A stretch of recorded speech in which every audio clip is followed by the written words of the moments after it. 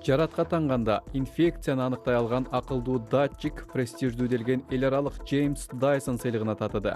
Польшалык 3 студент дарыгерлерге жана бейтаптарга жараат кантип айыгып жатканын көрсөтүп турган Smart Heal деп аталган датчик ойлоп табышты.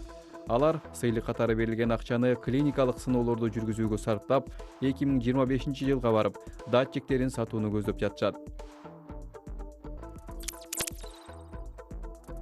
Кытай өзү жүрүүчү автоунааларды көбөйтүүнү колго алууда. Шанхайдын тургундары үчүн учурда робот такси деп аталган такси кызматы жеткиликтүү болуп калды. Алар таксини чакыруу үчүн алгач тиркемесин көчүрүшү керек. Бул боюнча шаар бийлиги алдыга чоң максат койгонун айтат.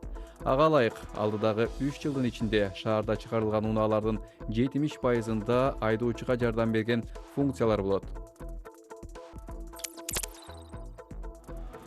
Тамак аш жеткирген Deliveroo кызматы катаал экономикалык шарттардан улам Австралиядан кетип жатканын маалымдады.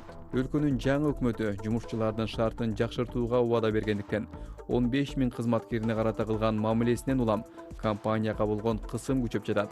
Мындан сырткары Deliveroo'нун Uber Eats жана Menilog сыяктуу компаниялар ортосунда атаандашуусу күчөдү.